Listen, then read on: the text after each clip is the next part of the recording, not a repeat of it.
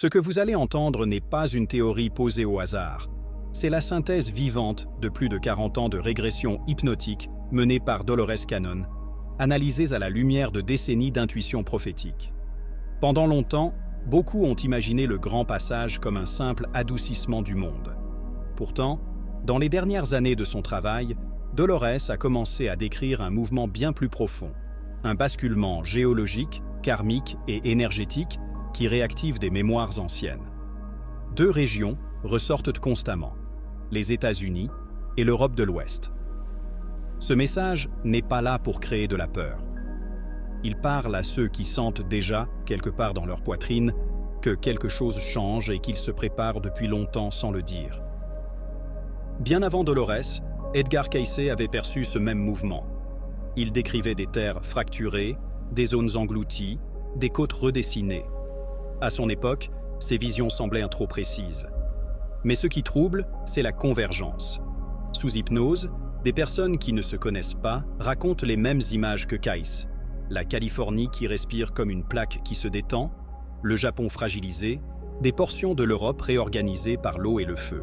Dolores, elle, reçoit l'explication derrière tout cela. Elle voit des lignes karmiques remonter, des mémoires atlantes qui cherchent à se libérer, des cristaux anciens sous le triangle des Bermudes qui vibrent comme des horloges anciennes remises en marche. Tout pointe vers la même réalité. La Terre exprime la conscience humaine. Ce qui bouge dehors correspond à ce qui remonte dedans. Les deux voix racontent la même vérité.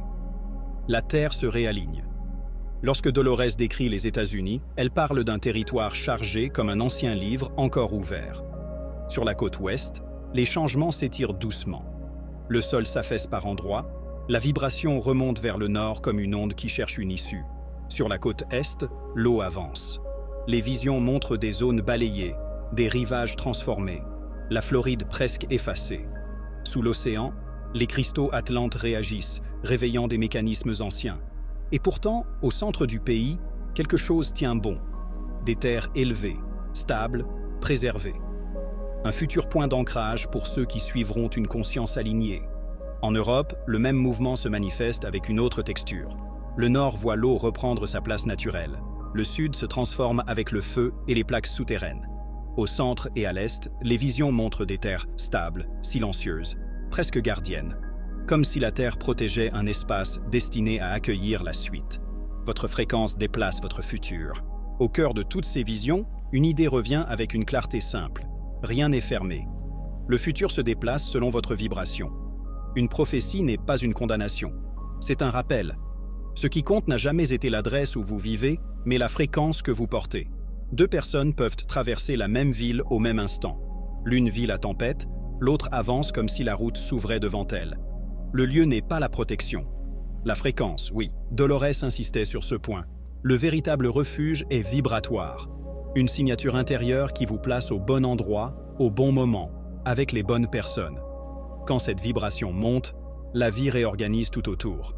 Les synchronicités se multiplient, la guidance devient nette, le chemin s'éclaircit sans effort. Quand elle descend, même un territoire stable devient fragile. Votre vibration agit comme un champ magnétique. Elle attire ce qui correspond à votre état intérieur et éloigne ce qui ne vous appartient plus. La vraie sécurité vient de votre présence, de votre clarté, du calme que vous nourrissez dans votre cœur. L'arche intérieure, le sanctuaire que vous construisez. Dans les dernières années de son travail, Dolores a compris que personne n'était invité à fuir une planète qui change. Ce qu'on nous demande, c'est de construire une arche intérieure, pas un objet matériel. Un espace vibratoire qui reste stable pendant que la Terre retrouve son équilibre. Cette arche commence dans le corps. Un corps saturé, chancelle dès que la pression monte. Un corps vivant, purifié, soutenu par le souffle, devient un véritable vaisseau énergétique. Puis vient l'esprit. Un mental dispersé absorbe le chaos collectif. Mais un mental calme devient une boussole fiable.